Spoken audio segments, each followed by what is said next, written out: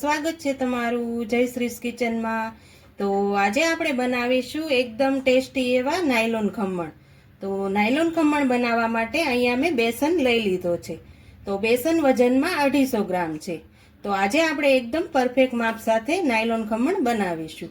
તો ચાલો આપણે રેસીપી શરૂ કરીએ। તો અહીંયા આપણે વાટકીના માપથી આપણે પરફેક્ટ માપ સાથે ખમણ બનાવવાના છે। તો અહીંયા મેં એક વાટકી લઈ લીધી છે। તો તે વાટકીનું એક વાટકી પાણી ભરી લઉં છું। તો અહીંયા આપણે મિક્સર જારની અંદર આપણે બેટર તૈયાર કરવાનું છે। તો આપણે જે વાટકી પાણીની ભરી છે તે વાટકી આપણે મિક્સર જારની અંદર એડ કરી દઈશું।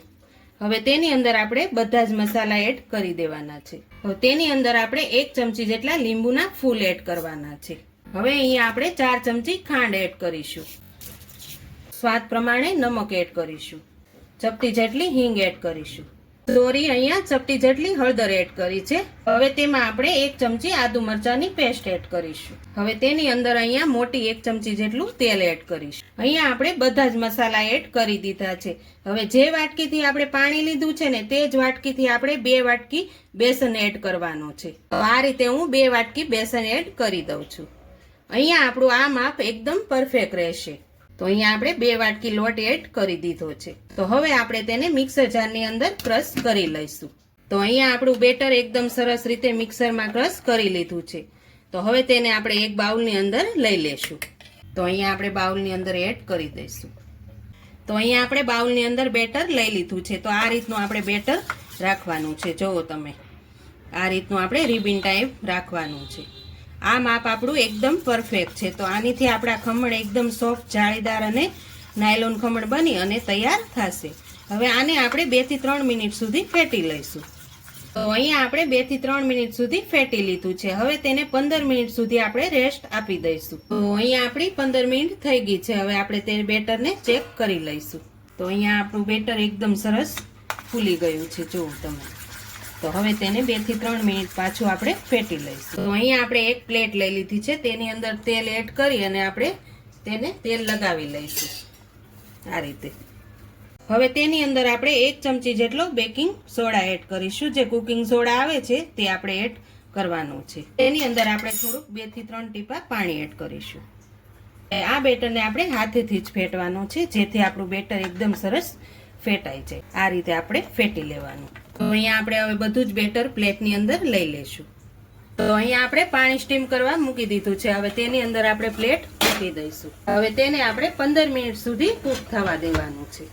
તો અહીંયા આપણા ખમણ ચડે છે ત્યાં સુધીમાં આપણે ખમણનો વઘાર કરી લઈશું। તો અહીંયા આપણે ખમણનો વઘાર કરવા માટે 2 મોટી ચમચી જેટલું તેલ એડ કરીશું। તો અહીંયા આપણું તેલ સરસ ગરમ થઈ ગયું છે। 1 ચમચી જેટલી રાઈ એડ કરીશું। હવે તેમાં મીઠા લીમડાનું પાન એડ કરીશું। લીલા મરચાંનું કટિંગ કરીને એ એડ કરીશું। 1 ચમચી ખાંડ એડ કરીશું। સ્વાદ પ્રમાણે નમક એડ કરીશું।